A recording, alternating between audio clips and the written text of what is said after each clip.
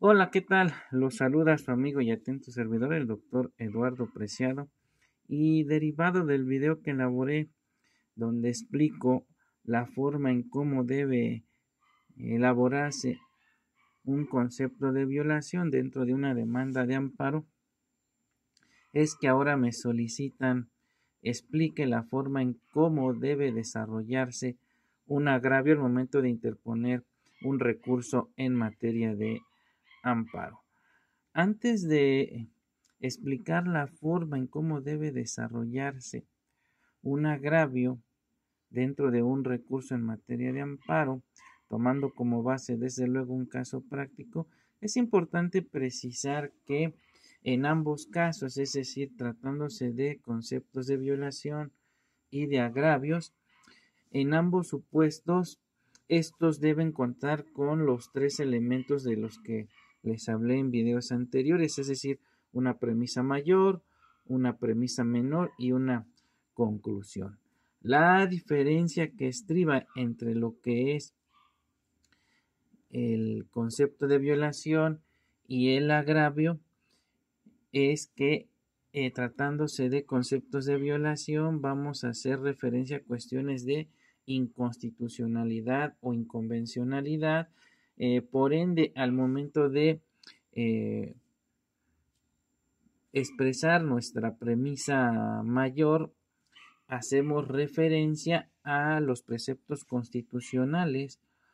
o de los tratados internacionales que consagran los derechos humanos que consideramos ha violentado la autoridad responsable al momento de emitir el acto reclamado. Sin embargo, tratándose de los agravios, vamos a hacer referencia a los preceptos de la ley de amparo o en su caso del Código Federal de Procedimientos Civiles que el juzgado de distrito o tribunal colegiado eh, de circuito transgredió o omitió observar al momento de emitir la resolución materia eh, de recurso.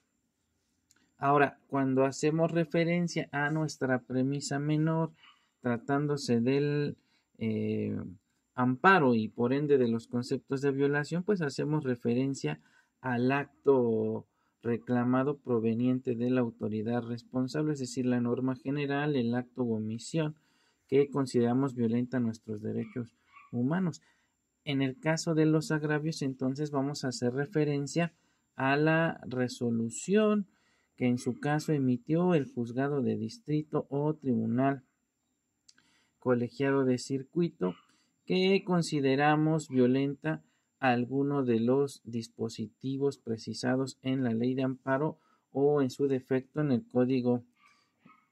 Federal de Procedimientos Civiles, pues recordemos que este último es supletorio para efectos del amparo en todo aquello en lo que la ley de amparo sea omisa. Y finalmente, en la parte relativa a la conclusión, en lugar de hacer referencia a los argumentos de hecho y derecho por los cuales consideramos que el acto reclamado vulnera los derechos humanos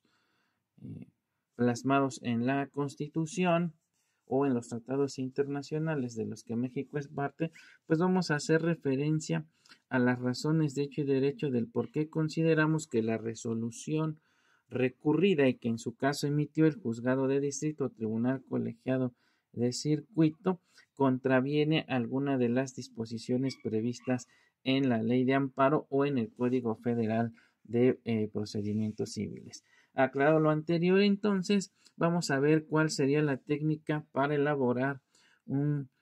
agravio dentro de un recurso en materia de amparo. En este caso voy a tomar como referencia un caso práctico. En el caso particular, se promovió el recurso de queja contra la resolución emitida por un juzgado de distrito en el cual se realiza una interpretación aislada del artículo 119 de la ley de amparo, específicamente en su párrafo tercero, y donde, no obstante de que estamos en presencia de un hecho superveniente y donde se le dio al quejoso un plazo para que ampliara su demanda de amparo en razón de que una vez que se rindió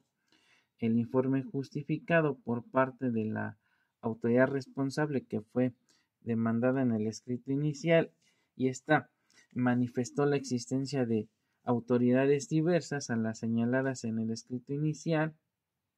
consecuentemente se le concede al quejoso la oportunidad de ampliar su demanda de amparo. No obstante lo anterior, realizándose una inexacta aplicación de la norma, cuando el quejoso amplía la demanda y ofrece la prueba testimonial, se le tiene por no admitida con fundamento en lo dispuesto en el artículo 119, párrafo tercero de la Ley de Amparo, al considerar indebidamente que la misma es extemporánea. Entonces, en ese sentido, vamos a analizar entonces en primera instancia lo que sería la premisa mayor, es decir, el precepto de la Ley de Amparo que violenta, en este caso, el juzgado de distrito que emitió la resolución recurrida. Y en ese tenor, entonces, nuestro único agravio versa de la siguiente manera: me agravia la resolución recurrida habida cuenta de que el juzgado de distrito tal, con sede en Naucalpan de Juárez, Estado de México, realiza una inexacta aplicación de la norma al sustentar su determinación en el argumento siguiente: se inadmite la prueba testimonial a cargo de los S. fulano y sutano,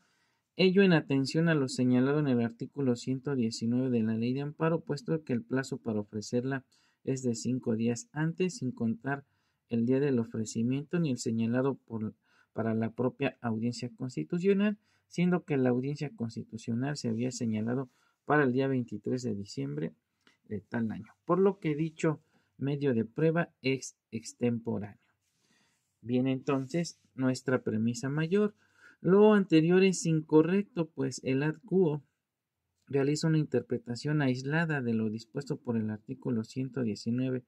párrafo tercero de la Ley de Amparo, omitiendo observar con ello lo dispuesto por el párrafo cuarto del citado dispositivo legal, pues el mismo de manera complementaria a lo dispuesto por el tercer párrafo del artículo 119 de la Ley de Amparo expresamente dispone lo siguiente: este plazo no podrá ampliarse con motivo del diferimiento de la audiencia constitucional, salvo que se trate de probar o desvirtuar hechos que no hayan podido ser conocidos por las partes con la oportunidad legal suficiente para ofrecerlas en el plazo referido, por causas no imputables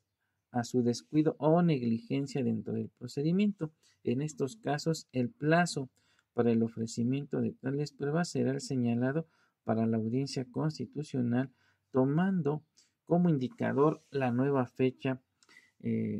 señalada para la audiencia.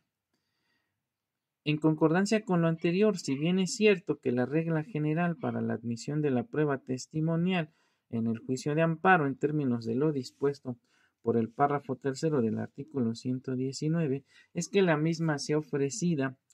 con una antelación de 5 días hábiles antes de la audiencia constitucional, sin contar el del ofrecimiento, ni el señalado para la audiencia, así como que dicho plazo no podrá ampliarse con motivo del diferimiento de la audiencia constitucional, también lo es que, de conformidad con lo dispuesto por el párrafo cuarto del dispositivo legal en análisis, el plazo en comento podrá ampliarse de forma excepcional cuando se trate de probar o desvirtuar hechos que no hayan podido ser conocidos por las partes con la oportunidad legal suficiente para ofrecerlas en el plazo referido, por causas no imputables